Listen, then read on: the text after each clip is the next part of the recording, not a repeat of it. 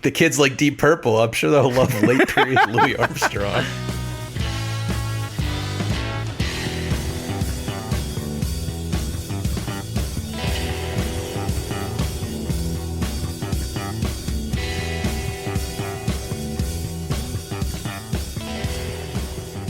Stick 'em up, punks. It's time for another episode of 1001 Album Complaints. This is the podcast where lifelong friends, musicians, and general complainers get together to talk about albums from Robert Dimery's list of 1001 albums you must hear before you die. We're going to do a couple of deep dives on some songs, give you background on the artist, and at the end, vote and tell you whether or not you really need to listen to this album before you die. As some of you might have guessed from our rather aggressive intro, we are going to be talking about an album this week that I think we're going to have some mixed opinions on. It is the album Come Find Yourself by the band Fun Lovin Criminals. Before we get into our deep dives and our tweet-length reviews, we're going to play you a little snippet of the intro track on this album called Fun Lovin Criminal. Not Fun Lovin Criminals, as the band is called, but Fun Lovin Criminal. So here you go, intro track. Get your head in the mindset of 1996 when you hear this one.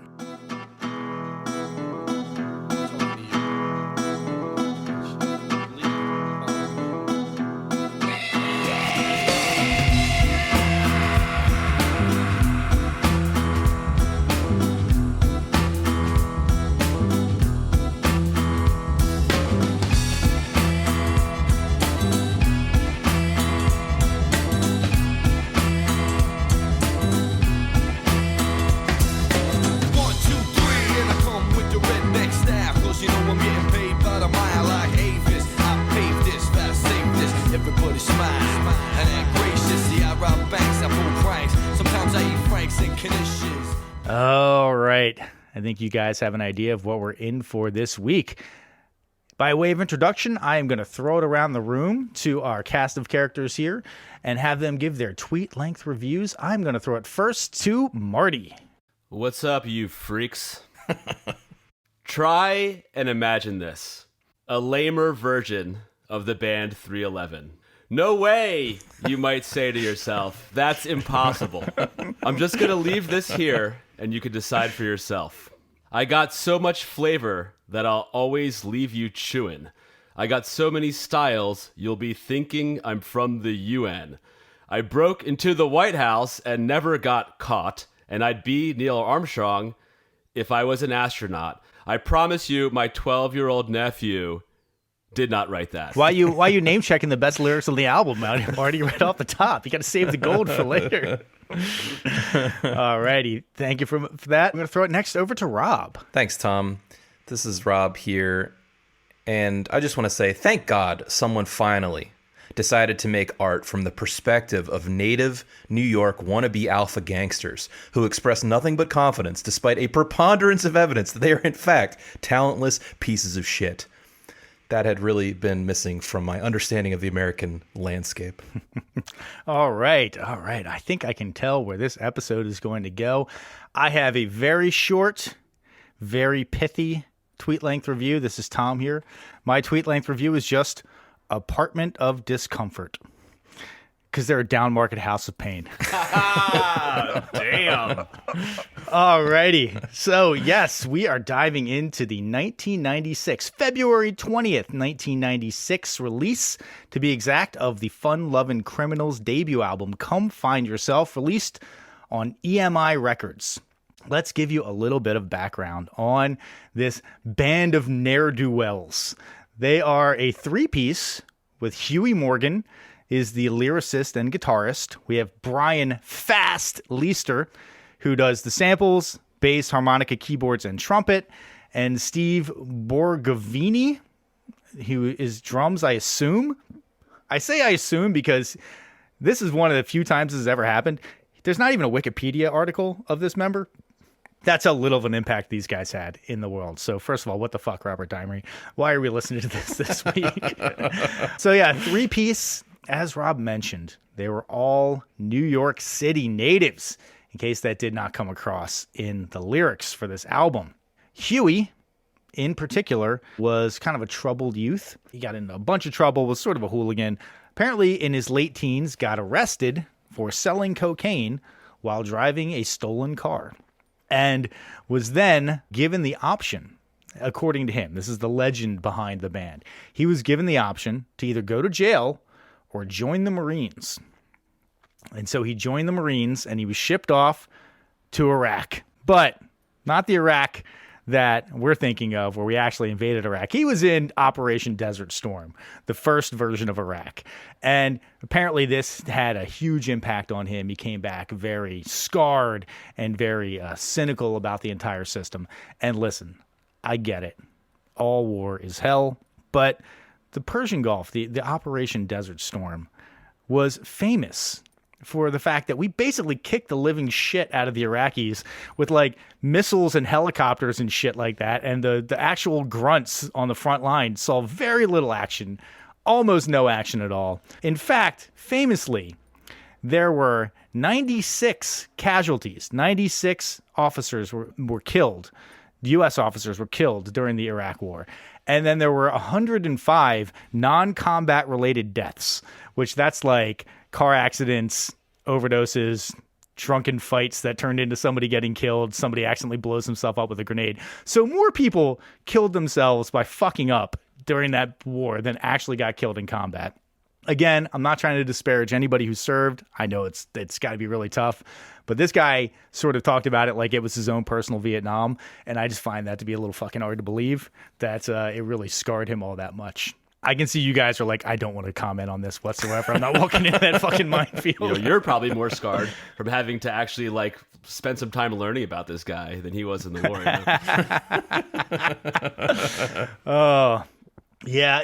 This seemed like on many occasions that this guy really took this stuff seriously, and like these lyrics had like a deep personal meaning to him, and like, great.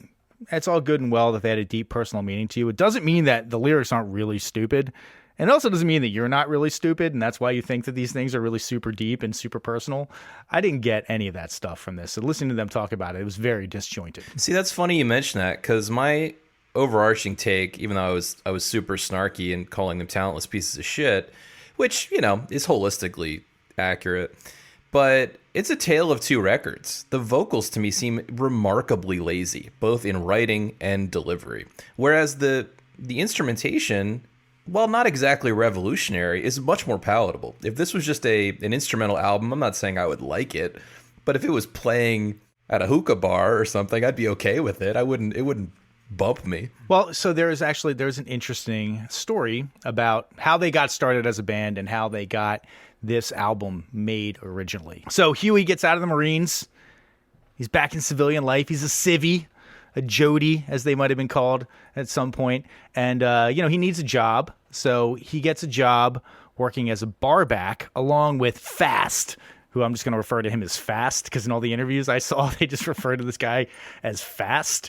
And I was like, all right, I'm going to call you Brian, or I can call you Fast. I'm calling you Fast. Anyway, so Huey and Fast, they get jobs as barbacks at a popular club called the Limelight, which on the New York club scene was, a pretty happening place. And so he kind of becomes like a scenester. He's always like well-dressed, and he's always at the club. He's always sort of getting in the mix.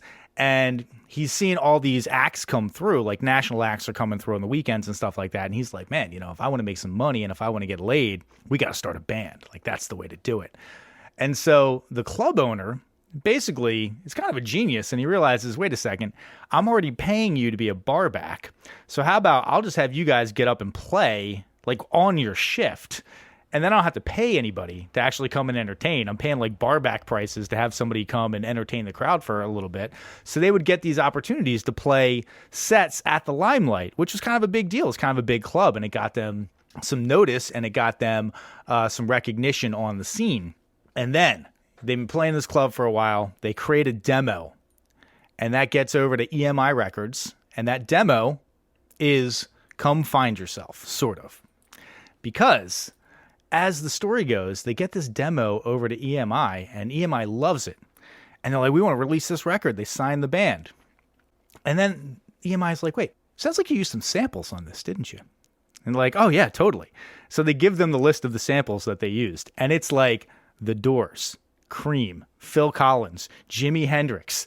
And the record company's like, are you fucking kidding me? Like, this is going to cost like $12 million to clear all these fucking songs. What are you talking about? And apparently after like 6 months of back and forth, the record company just says you have to go back in and re-record all the samples on your own. So that's why, Fast Leister gets a whole bunch of credits on the album for playing all these various instruments, because he was originally the guy who put all the samples together.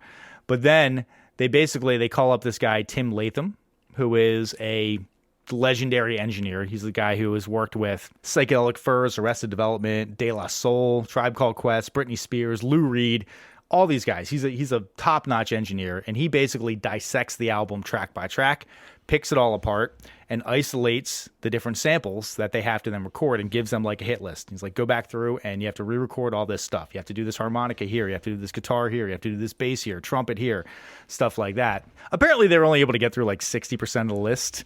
And so the other stuff they just cut out and we're like, fuck it. We don't even need those parts anymore. Wait, I have a question. Is that a way to get around sample law? Just because I do remember that we heard that Beck during Odelay did a little bit of that, or the way they put it with him and the Dust Brothers was they were referencing some old records as opposed to paying for the samples. Yes. I think they did pay for them. They paid for some, but I'm saying there were some things where they mentioned they recorded the takes, but they were references to old records. So they did a mix of a bunch of different things on that record. But is that like effectively a hack to get around paying? Well, I think it's effectively a hack to get around paying if you're talking about a small enough snippet that you can't say, oh, this is like so materially similar to this. Like if you took Satisfaction or and just recorded that would be enough. But if you take like 3 seconds of a guitar bend or something like that, then it's like, well, that could be really anything. You can't own. Yeah, like the drums fill from Coming in the Air Tonight. You just can't put that over every part of your song. You can't put that over every part of your song. But if you're like, oh, I pulled the snare drum sound from that song and I put it in my song, if you just directly lifted that file, you got to pay for it. But if you just then say, okay, well, how about I just record a snare drum that sounds almost exactly the same as that and I put that in instead, you don't have to pay for that. It must lead to interesting conversations. I imagine these major labels have had to navigate these waters for a long time and have somebody on staff. Again, on the Beck Odelay episode, I believe we talked about someone whose job it was to price and negotiate what it was to pay for samples. But I imagine there's also legal counsel to say that is too many notes or that's too close. Yeah. Well, I don't think that the record company thought that this was going to do anything after all was said and done, because apparently after they listened to the demo and they really liked the demo, and then they heard the recreated version of it, which is what this album actually was, the one that they actually released, and they didn't like it at all, and they were kind of like, yeah, I don't know about that. Record execs aren't right all the time, but I feel like I'm with them on this one. I would agree. So basically they re-record all the tracks. The record company is like, I guess we'll release it, basically. And it gets released February 20th of 1996. Now, we're going to do our favorite segment here on 1001 Album Complaints, which is Come Find Yourself by the Numbers. First of all, we're going to talk about the number 12. That is in reference to the 12-hour recording sample session where apparently they were all stoned out of their fucking mind that created the first demo that was Come Find Yourself that they then had to go and rework and release. But basically it all came out of one 12-hour stoned out recording session. I can absolutely tell that, number one, all of the lyrics to these songs were written while they were totally stoned. And number two, they were not given a second version and they were all done in one day. The next number that we are going to reference is the number 5, which is the highest chart position that this album received anywhere. And it was on the Scottish charts. Apparently these guys were big in the United Kingdom. For some reason, everybody in the United Kingdom really liked them. There's footage of them playing that song Scooby Snacks in front of like 100,000 fucking people at some big ass festival, and people are going nuts. I don't understand it. I guess it just goes to show that, not all British people are smart. We think the accent makes you smart, but I don't know. Don't know. I read that too, and I thought maybe it was that real hip hop was still on its way over to Britain on a steamer ship or something. Like they hadn't actually heard Tribe Called Quest or Dr. Dre or anything good yet. Maybe. I don't know. They were too busy being mired in the, bullshit electronica. How far removed from Come Play My Game, guys? What are the Prodigy, the Prodigy, yes. Can't be that far removed from the Prodigy, right? They were like 98 maybe. Yeah, something like that. It's just weird. It's like the Brits gave us like the Stones and the Beatles, and we give them Fun Lovin Criminals. I mean, I guess it's kind of good. I guess it's like a good trade, Oh yeah. Totally fair. Yeah. So then we talk about the number 2, which is the number of Quentin Tarantino movies shamelessly plugged to capitalize on his popularity post Pulp Fiction. The song Scooby Snacks has technically 3 Tarantino drops in it, 2 from Reservoir Dogs, 1 from Pulp Fiction, which is 1,000,000%. And they've even kind of admitted this, 1,000,000% why they got signed, because that drop was in the song and they were like, oh, nobody's done this before. That's really cool. We should sign these guys to a record. And why that song was popular. At the time, I guess people thought it was edgy or something. See, that makes me angry, but it also resonates and makes sense. And I know we're going to get to it when we talk about this specific song. But I was just thinking about the fact you mentioned that the record company, after hearing the final product, wasn't super impressed, but ultimately said, hey, let's go ahead and release it. But then it just occurred to me that the distance from you agreeing to sign a band and then paying for them to record, now you got sunken costs. So now you might as well release the record at that point, even if it's a piece of shit, in most cases, right? Yeah, but you do hear about records getting buried, where they're just like, yeah, we're not going to fucking promote this, we're not going to do anything, we're not going to make music videos. True. They don't have to promote it. You're right. That's where they have the power. Yep. And then the last number we're going to talk about is 37, which is the percentage of royalties that they had to give away on their biggest hit by a million miles, Scooby Snacks, to Quentin Tarantino, along with a songwriting credit. And I got to tell you, I think he actually deserves more than 37%. That's awesome. I read that too, and that's hilarious. Yeah. I wrote ha ha ha ha ha. Yep. I was literally LOLing at that one. There goes all your fucking money to an already millionaire. Because before I read that, I was thinking, man, if I was Tarantino, I thought he would have been a little more careful about how his material would be used. He seems like an artist with a capital A, and you know what I mean? He just doesn't seem like he would give those rights up willy-nilly. And then I read that. He also seems like an asshole with a capital A, by totally, the way. So, but good on him. I think that was a totally great call for him to negotiate that. Yeah. I mean, it's just mailbox money for him. He's probably made a couple of bucks off of the amount of times I had to listen to this piece of shit album this week. Oh, man. Alrighty. So that's our by the numbers. Now we're going to move on into our general impressions. And I want to hear from you, Rob. How was your week? What was your general impression of this album? Well, look, I kind of said it. I mean, it was pretty bad. But when I first put the record on, probably right after we recorded last week, the first 30 seconds, I got really frightened. It had a strong Kid Rock vibe to it, and I thought I was really in for a roller coaster of shit.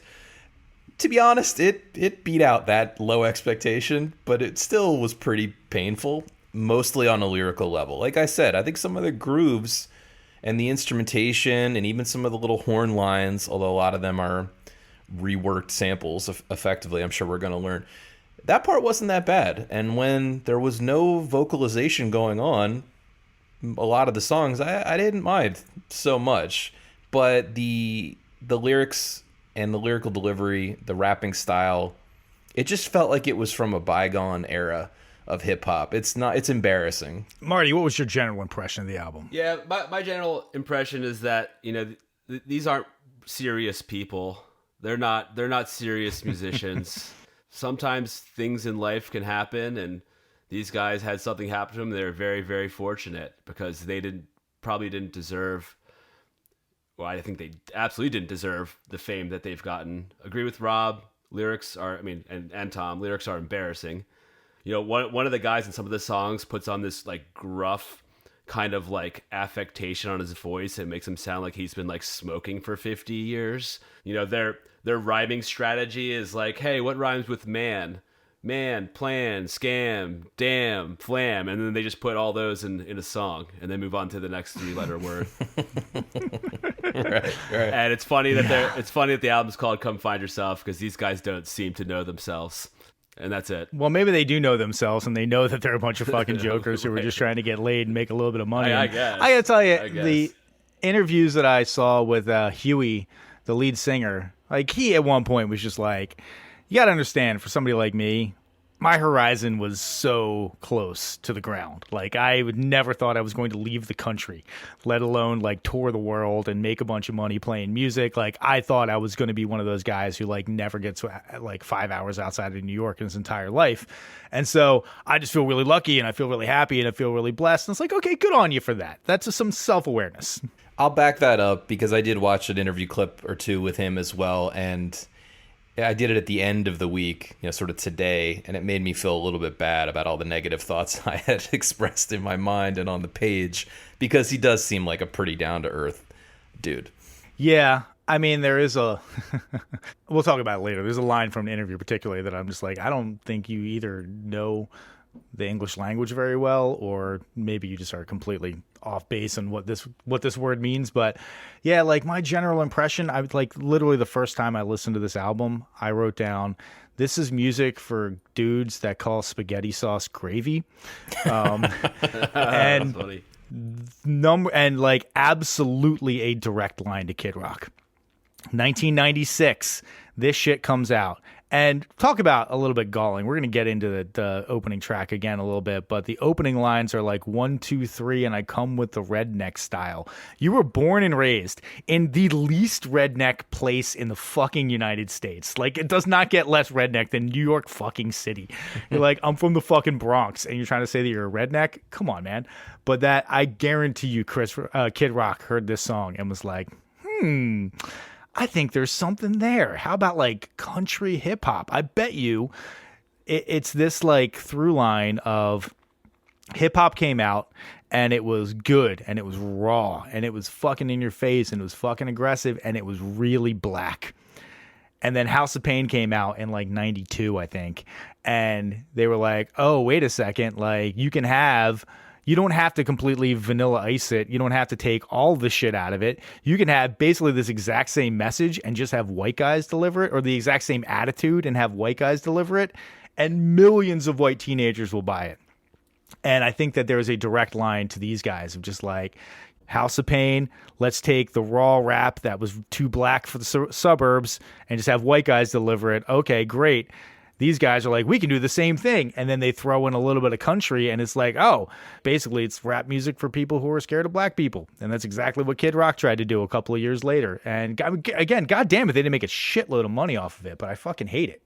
But again, you grew up in New York. How is this your perspective? You're right. It rides this line between this pseudo Goomba New York Italian-American type perspective that you see expressed in 1,000 movies already, and you're bored to death with. It might as well be, what was the record that Joe Pesci cut as the My Cousin Vinny character? Oh, God, yeah. Vincent Gambino, that was his guy? It's practically that mixed with what you're saying, which is this almost like rednecky acoustic guitar sampling, beer drinking thing, and that just, I don't know, those two vibes just don't seem to mash up very well.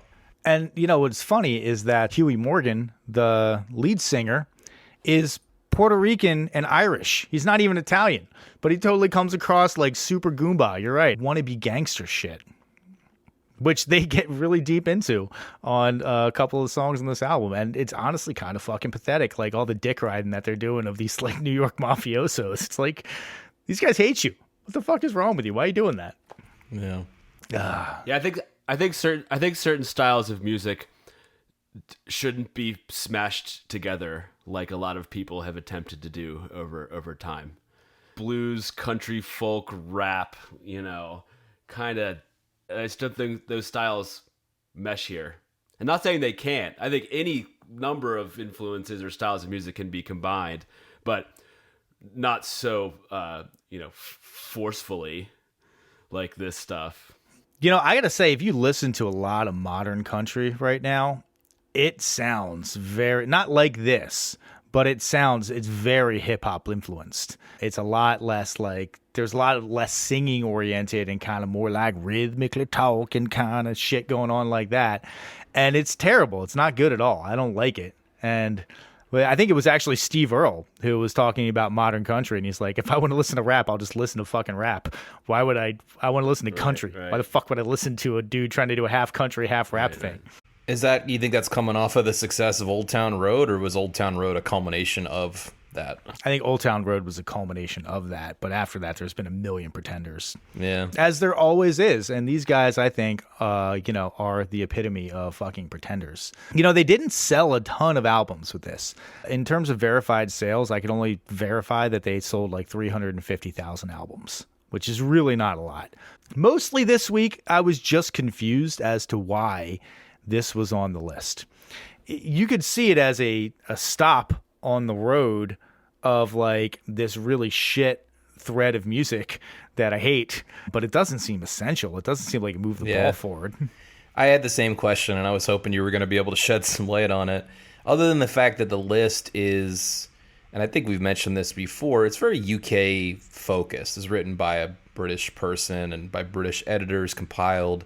And so I think there is a weird UK bias, because you said they were big in the UK. That means they really weren't big in the US. Probably most of their album sales were over there. And I think they were playing like 20-year anniversary shows where they played this full album to like sold out crowds in the UK. So apparently it's important to somebody. But yeah, I'm going to need a lot of convincing that it belongs in the musical canon.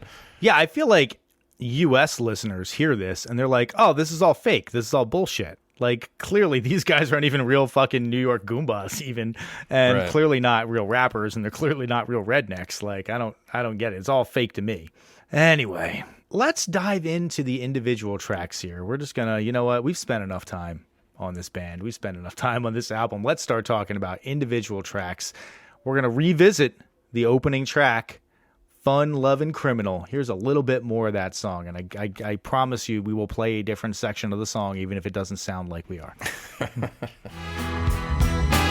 'em up, punk, it's the fun loving criminal. Stick 'em up, punk, it's the fun loving criminal.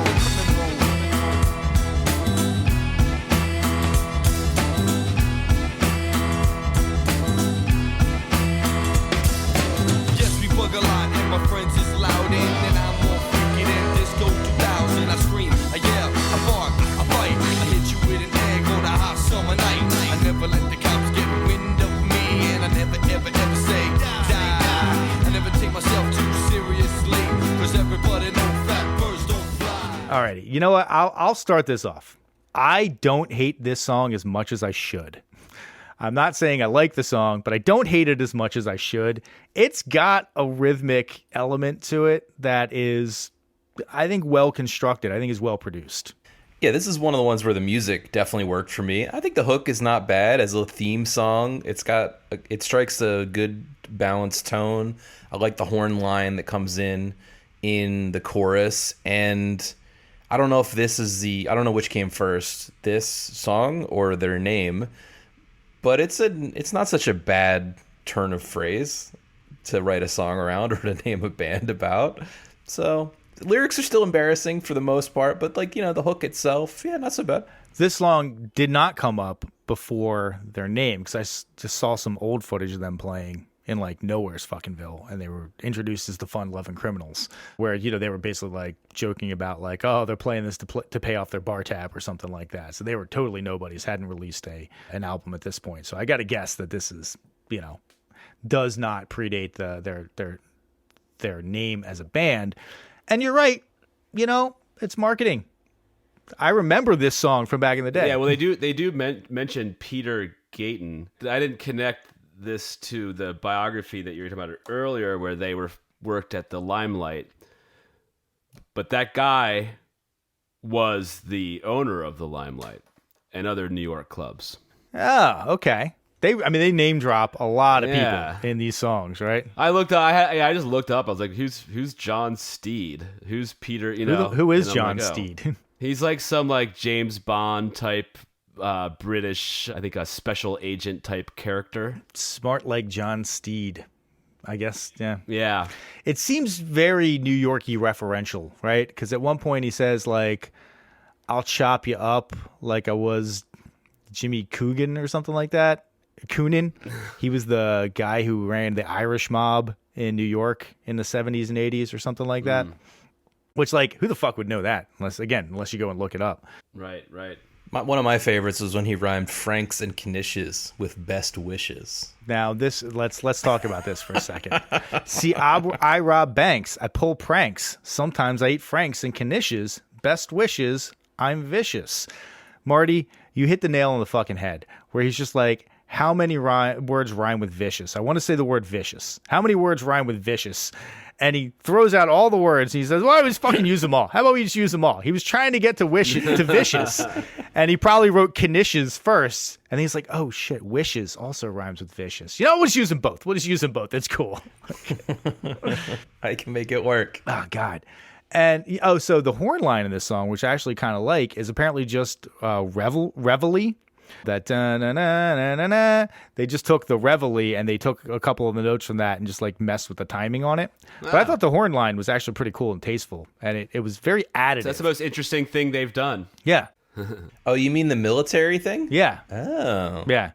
Not what I said was taps there for a second, but reveille is the wake up call that they do in the reveille. It's like the bugle wake up call. So yeah, it's just reveille, but they slowed it down and they're like, that's just public domain. We don't have to worry about paying for that. It's additive, and I do think that this song has an additive quality where things kind of come in that give it a little bit of build and a little bit of feel. Overall, like, I was nodding my head to this song. Honestly, if I was given the chance to like just rewrite everything but the hook line of this song with much better lyrics in the verse, this could be a good song.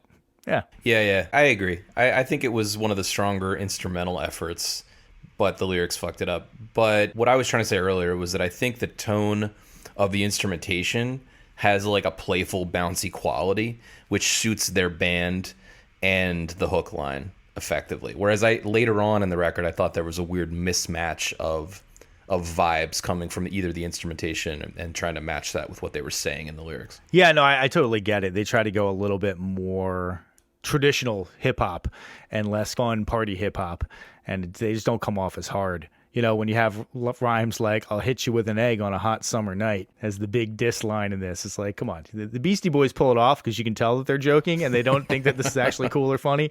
You do not pull it off. They take themselves too seriously, despite the well-known fact that apparently fat birds don't fly, as they say in this. I never take myself too seriously because everybody knows fat birds don't fly. These lyrics fucking suck. Clearly. God. And I could tell, again, just like you're super fucking high and you're super fucking dumb, and you just think that, man, this is going to blow somebody's goddamn mind. Wait a minute. Is Fat Birds Don't Fly a lyric in one of these songs? It absolutely is. It's in this song particularly. I love that lyric. I somehow missed that. Yeah, I think it's funny. Oh, all right. Well, then Marty's a fan. We've got a convert already. I found the one thing I like from their whole catalog. Well, let's move on to the biggest hit in their catalog by a million fucking miles. This is the song Scooby Snacks. By that time, Fat stabbed me with the 90, said it's time to blow, you know. So out the door we go, back to the ride. Steve inside and the lie, and off we drive. See, I hurt my lower lumbar, you know we never get far. Riding around in a stolen police car. So we dropped it off and piled in the caddy. Steve was driving, cause I had to talk to my man. Look, I don't know anything about any fucking setup. You can torture me all you want. Torture you, that's a good idea. I like that one. Running around, robbing banks, so whacked up with Scooby Snacks. Running around, robbing banks. Oh man. So okay, Scooby Snacks. I was trying to figure out what they are. Best I could find is it means Valium. Yes, it is Valium. So the idea is that these guys are going around on Valium robbing banks. Yes. And then it has this like Quentin Tarantino thing going on. And remind me, is that one of the things from one of his movies where people take Valium and they rob banks? No. Okay. No. Okay. I had it in my head that maybe there's something in one of those movies where people take Valium and rob banks. But yeah, okay, cool. That's terrible rhyming. But I guess this Scooby Snacks part is catchy. It's undeniably catchy. And I didn't remember anything about this band before listening to this song. But when I heard this song, a memory came to me, which is hearing this song played at least once a day on 106.1 or Q102 or one of those Philadelphia radio stations. It's catchy. Yeah, so in an interview, Huey said, "You got to realize, Scooby Snacks is about a Valium-induced bank robbery. It's pretty subversive." I was like, no, it's not. It's not subversive at all. Do you understand what that word means? Like, what the fuck are you talking about? It's stupid. So it's funny that you say this is such a big hit, and I totally believe it, but I swear I have no recollection of ever having heard this song before this week. But I will say this. So props to the title, just kind of like what Marty said. Props to the title and the hook. I get why it's a hit. It sounds very 90s. It's catchy. It's a cool little... I assume everyone in the audience knows it's a reference also to Scooby-Doo, which was a popular cartoon for... Yeah, everyone knows that, right? So. And I hope so, but it's not super clear. I was going to say that to me, this is another place where about half the instrumentation worked really well. The bass line, when it first comes in, is cool and kind of surfy. And the other thing that has a surfy vibe is that super reverby guitar that comes in, I think, in the second verse. Maybe we can timestamp 1 minute in-ish. Baby, baby, baby. Is there some karmic G-love thing happening here, baby, or what? By that time, fast at me with the 90, said it's time to blow, So out the door we go, back to the ride. Both of those things, to me, connected it, in my mind anyway, to using the Pulp Fiction sample, because if you recall, the Pulp Fiction soundtrack was full of all those surf songs. So to me, that at least there was some symmetry there, and both the Pulp Fiction sample and the Reservoir Dogs sample to a certain extent reference robberies, right? Because they're referencing the scene in Pulp Fiction where they rob the cafe, and Reservoir Dogs is about the aftermath of a robbery. Generally. Now, that said... Neither one of those were bank robberies, by the way. True. My main complaint, though, is that the main rhythm guitar, when it drops in, completely disrupts the vibe that has been established by the bass and the surfy guitar thing. It's so 90s and in your face and, I don't know, power punk. It really pulled me out of it instrumentally. So that specific production decision really bothered me. My first note on this is this song is so fucking boring. And I will agree that hook line, the running around, robbing banks, all whacked off of Scooby Snacks. The first time I hear it, I'm like, that's cool. And then by the 15th time I'm hearing it at the end of the song, I'm like, Jesus Christ, I get it. You had this line and you had Tarantino samples, and that's it. And you threw a shit song together with it, with, you're right, complete mismatch of energy on the instrumentation. That it's so jarring. It's so not smooth. And the rest of the song is very smooth. But his lyrics in this are fucking terrible. They're so bad. They don't even tell a good story. And see, I hurt my lower lumbar. We'll never get far driving around in a stolen police car. It's the same problem where he was like, I need something to rhyme with police car. How about lumbar and far? And you're like, yeah, they rhyme. I can't tell you they don't rhyme, but it's not good. What about this rhyme for the ages? This slant rhyme. This guy's a modern day Emily Dickinson. On the way to the yacht, we almost got caught. Oh, God. Yep. Oh my God. I feel like I want to pull up the lyrics of this song right now because there's just so many of them we can fucking pull apart. No, I just did. No, here he's got one. They're at Dunkin' Donuts, adjacent from the Fromans. Yeah, what the hell is that? That's what I was just going to say. It's like neighborhood directions. Oh, yeah, seriously. But the end of the song is just like, they gave chase, but my man Steve's an ace. And we lost those brothers with haste. We cast it off, and along we went, off to Bermuda to an island resort we rented. What the fuck? That's the end of the song. Rented and went don't rhyme, okay? They don't rhyme. I'm sorry. You can't make that work. And it's all delivered with this, and then we did this, and then we did this, and then we did this, and then we did this. It's like, come on, man. This, you called them a down market House of Pain, but it really is a sad redheaded stepchild of the Beastie Boys, too. This is definitely them trying to recreate a Paul Revere type song and just, I think, failing. Yeah. I think a lot of these songs are failures. And if we're being honest, I think that we've already talked about the two best songs on the album. So Agreed. yes. We're going to move on to the next song that we're going to talk about on our focus list here, King of New York. He had the roots and he bought the suits, and the boys didn't like him, to tell you the truth. Yeah, he had JG on his pinky ring, and he lied about some doing some time up a Sing Sing. Flipped one fine summer afternoon, told his brother Paulie summer had to be done soon. He took Paulie and a couple of boys and decked the Coupe de Ville to Illinois. Lottie Dottie, free John Gotti. Lottie Dottie, Lottie, Lottie Dottie, free John Gotti. The king of New York, the king of New York.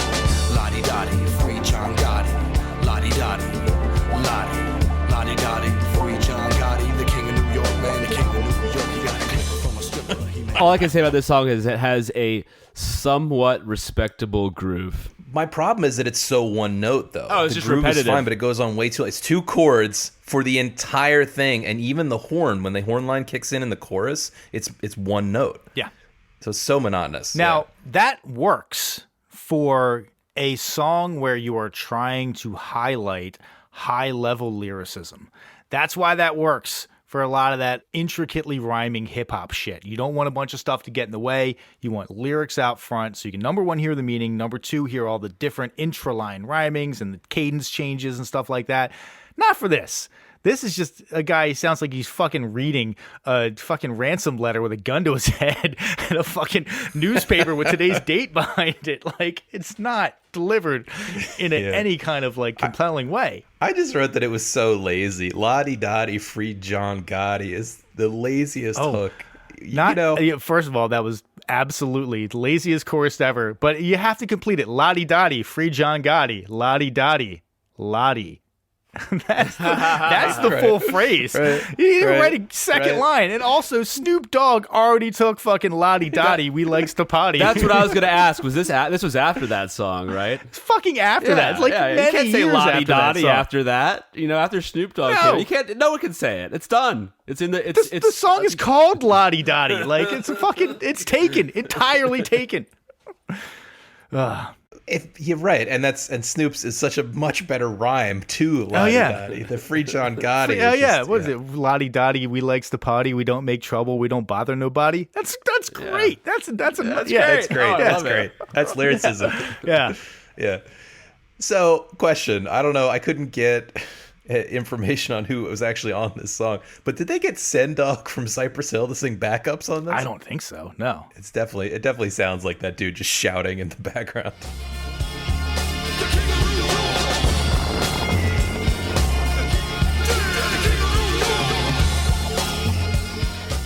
Fuck, I'm trying to think of a great line from Cypress Hill that he screams in the background. He just repeats whatever Be Real says. It's funny that you say that, Rob, because like most bands, they're part of some sort of scene. They have affiliations with other bands, with labels. There's some intermingling. You can't find any of that existing with this band. No sort of like line or connection between them and any other bands. It's very, very odd. Yeah, you're right. Like a Tribe Called Quest, they'd be like, oh, we're like hanging out with like Diggable Planets. We're hanging out with like the Jungle Brothers. Like these guys were just like, yeah, we're just barbacks working out of an apartment and we put some Tarantino clips in the song and some dipshit from a record company was like, hey, we can make money off that. Oh, and they were right. That's the worst part. And they were fucking right. And also, listen, John Gotti was a piece of shit. And I don't understand this whole like, oh, John Gotti, like, what did they say? He said, besides musicians, we were also influenced by John Gotti. Growing up in New York in the late 80s with cars blowing up, it was kind of cool. That doesn't sound fucking cool at all. That's terrible. And John Gotti's a fucking asshole parasite who I believe killed his neighbor. after his neighbor accidentally hit and killed his son with his car? Yeah, John Favara was the backyard neighbor of John Gotti. And apparently he killed 12-year-old Frank Gotti by accident with his car and then disappeared and has never been seen again. This is the guy that, yeah, free this guy. This guy sounds like he's fucking awesome.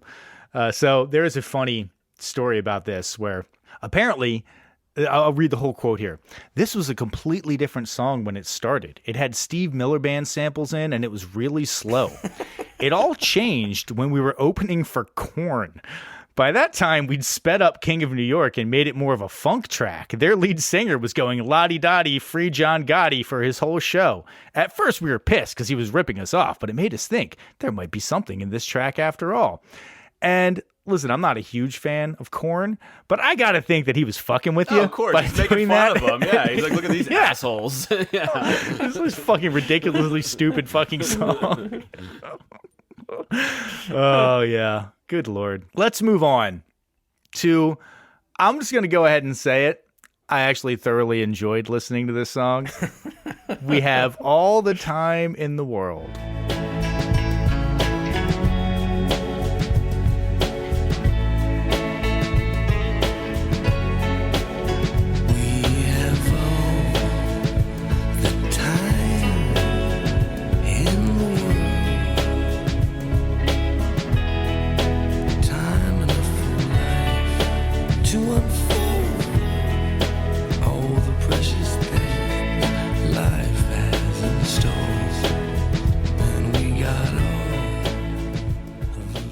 Well, sadly, we don't have all the time in the world, and I've already wasted several hours listening to this piece of shit. Yeah, it's funny that, I gave this playlist a blind listen, and when this song came on, I was like taken back a little bit. I was like, oh, this is kind of nice sounding song, only to realize that this was a song sung by Louis Armstrong, some sort of like what a wonderful world money grab late in his career. And then it all made sense because, this band can't do anything well. Yeah, so Hal David wrote this, Burt Bacharach's old partner, and it was a Bond theme that Armstrong recorded super late in his life. So actually the vocal, I'm sure we're about to talk about how terrible this vocal take is, but if you listen to Louis, he's definitely a shadow of his former self, because I think it was recorded in like the late 60s by Louis Armstrong, something like that. And so obviously he's an all-time great vocalist, but he was really old and really ill at this point. So if they're listening to that version, I sort of see how the vocal could come out so terrible. But this guy clearly cannot sing a lick. Apparently, they finished the album, and the record label said, you have to put a cover song on this album. There has to be a cover on this album. And I think it was like, there has to be at least one real written song in this album that we know is a real song, so we could like release it and have something to show for it. Yeah, I don't think that's a vote of confidence when the record company says you need to put somebody else's song in your album. What do they say? This track is Huey having to sing. It's not the best vocal performance in the world, but it makes sense, as that's how it's going to sound live. So even they were like, he sounds like shit, but like, what are you going to do? That was the band. That was the band saying that, That was right? the band saying that. Yes, that was Fast. Yeah, exactly. That was Fast Leister saying that. Yeah. Right. I wrote that he sounds like Lou Reed without the cool sunglasses. Oh, this guy had some cool guy sunglasses, though. Absolutely the kind of guy that's got cool guy sunglasses. Oh, man. I was cracking up when I read that, like, the record company was like, no, you must put a cover song on this album. I was like, if any record label comes to you and tells you that, you're like, fuck. Maybe that Kula Shaker album had just come out and had Hush as a big hit on it, and they were like, fuck. Alrighty, maybe we can get some late 70s money from it. Or maybe there was some... The kids like Deep Purple. I'm sure they'll love late period Louis Armstrong. Singing a Maudlin Bond theme. Yes, that sounds great. Okay, last track that we are going to talk about on our focus list. We are flying through this Fun Lovin Criminals album here, and thank God we are, because we're going to come to our last song here. It's called Bear Hug.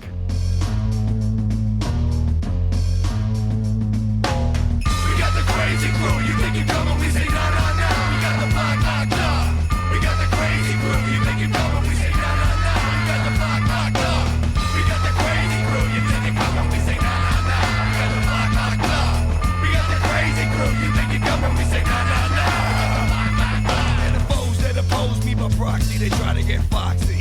try to rock me. They say they got the 40 cal clock with the 30 round clip and they losing their damn grip. Well, I came back from hell so goddamn fit. So, Marty, you made a reference to how the guy, like, put on an affectation. Apparently, he came into the studio and was, like, really fucking sick. Oh, And they were like, oh, now's the time we got to record Bear Hug, because that's when you got to sound hard. Oh, that makes more sense now. Yeah, that was my thought about this song, is his weird, like, smoker's voice. He was sick. Wow. Yeah, he was sick. I wrote that it sounded like he had just listened to Onyx sing Slam Oh my God. right before he went into the booth. Jesus Christ. This guy's not heavyweight and definitely not undisputed. Listen, it was hard to pick a low point, but I would say this is the low point. And I will cite this set of lyrics, which do not belong anywhere in hip-hop. If you can't live the lie, let it die. And if you can't live a life full of strife, just say oops and jump through hoops. And they repeat this twice. Oh, yeah, that's like a hook. Yeah. So the hook of, we got the crazy crew, you think you coming, we say nah, nah, nah, we got the block locked up. That's not a bad hook. Like, treated differently by better lyricists. And I also think the production on this song is not bad. The harmonica part in there, it's like pretty good. It's like a little harmonica sample.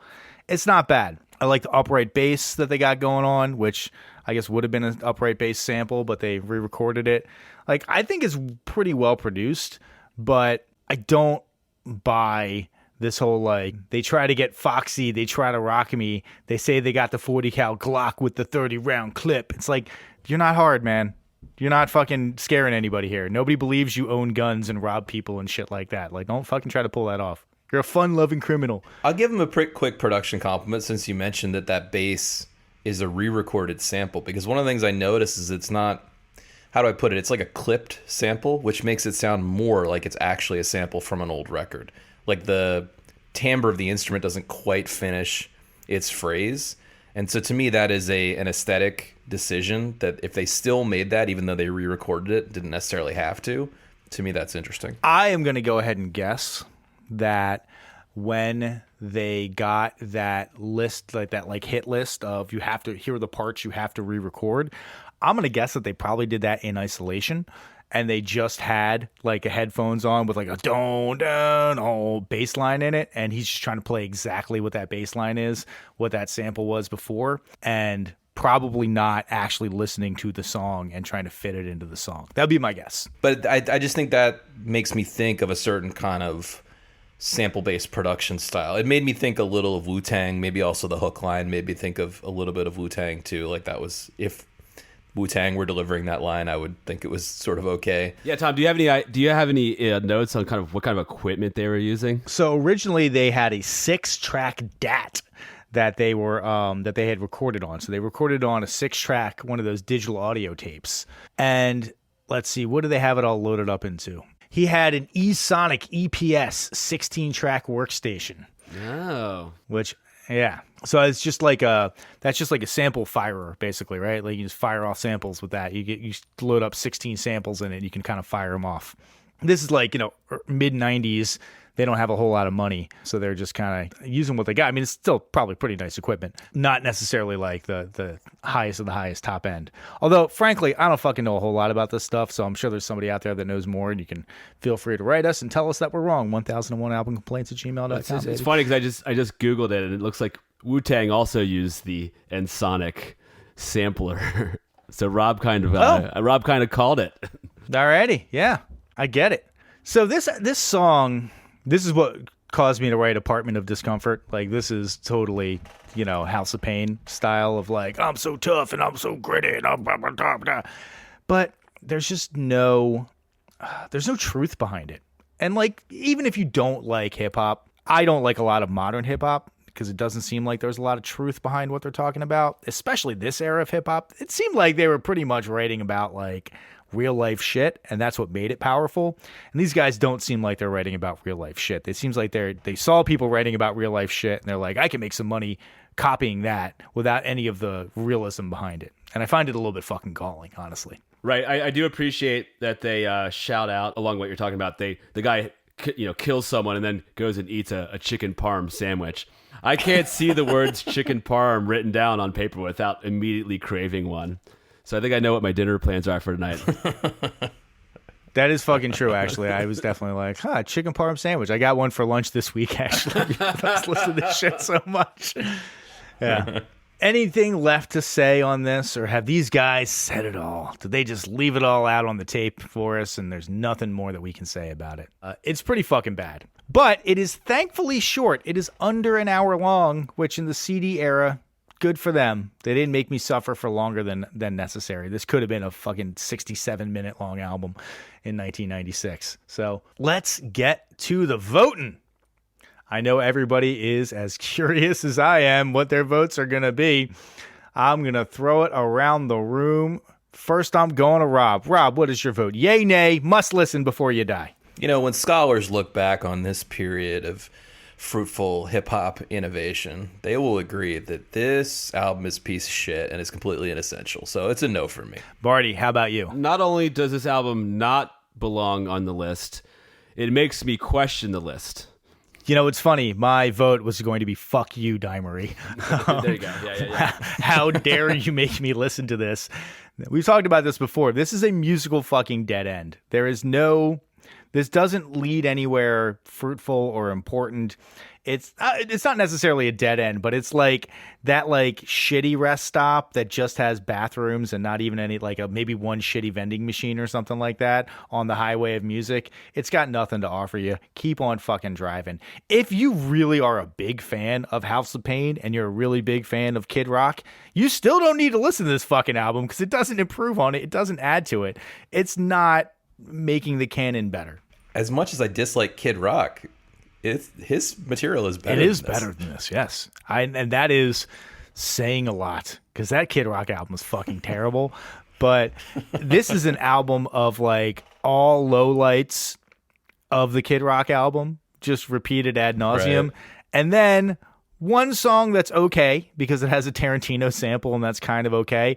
And I actually kind of like that first song, "Fun Lovin Criminal." I think that's a good song, and that if that was just the only thing that they ever put out, I would respect them so much more than having to listen to the rest of this shit.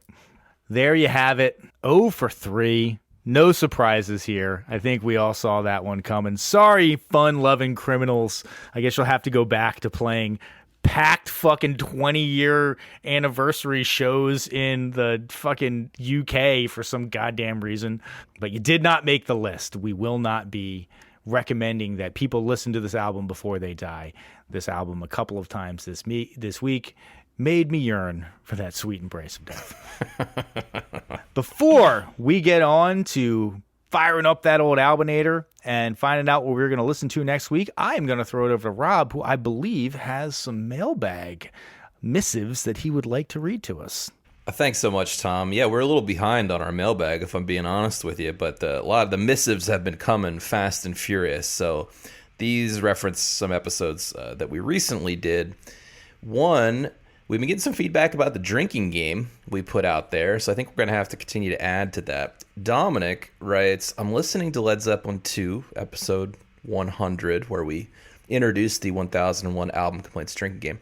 And Dominic says, I'm just about to hear the rules for your drinking game, but I've paused the episode to write out my own rules first, because this is something I've definitely thought of before. He goes on to give us a list. Anytime Tom says, this song sucks, you get fucking alcohol poisoning drinking every time I say it.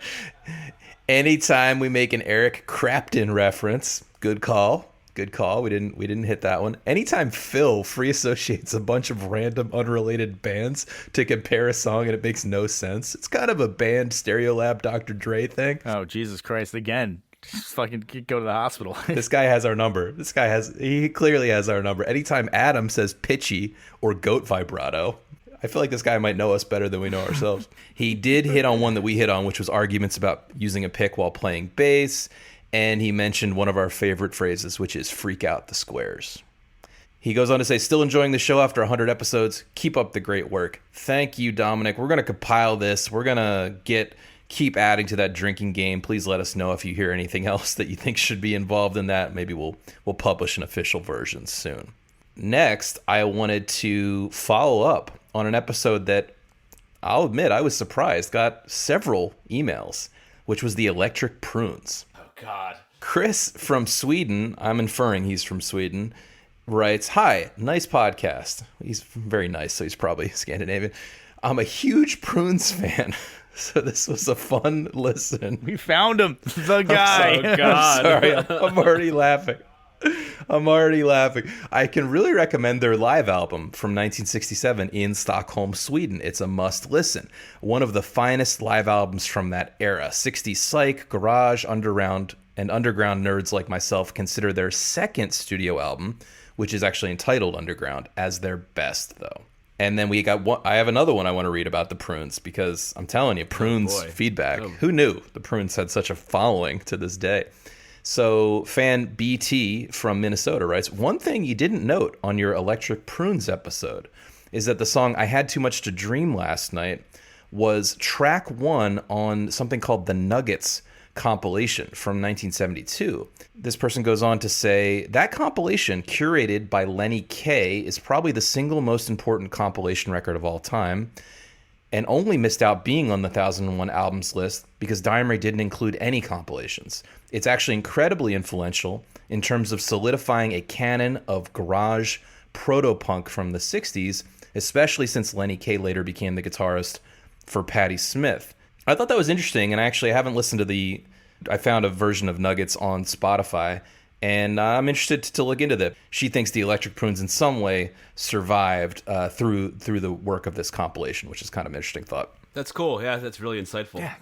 Always love to hear people who know more about the bands writing in and giving us more context and more information. There's only so much that we can learn in a week, and then we got to move on to the next band. And so we can't even revisit a lot of this stuff and go back and try to figure out where we missed some things. So please continue to write in 1001albumcomplaints@gmail.com.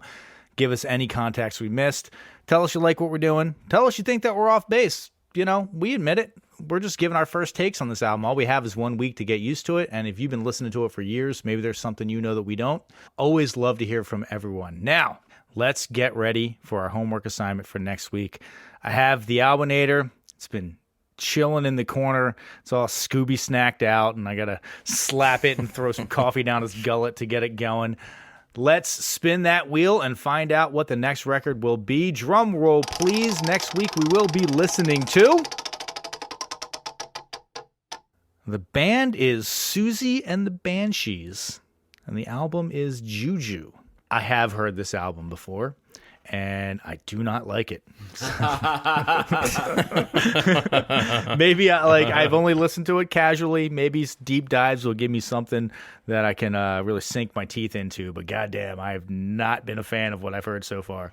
Well, she's considered a pioneer as a front woman, right? Sushi Sue. I don't know much about her, to be honest, either. So I'm excited to learn. Yeah, I think that she very much had that kind of like Riot Girl, proto-punk thing going on. And I'm sure that there's going to be a lot of very strong opinions as to why I'm wrong for not liking it. But bereft of context, just listening to it coming up in a playlist, I have not been a fan so far. So super stoked for this coming week, everybody. Yeah, Susie and the Banshees, Juju. We will be back in your ear holes exactly 1 week from today. But until then, I have been Tom. I've been Marty. And I'm Rob. Boosh.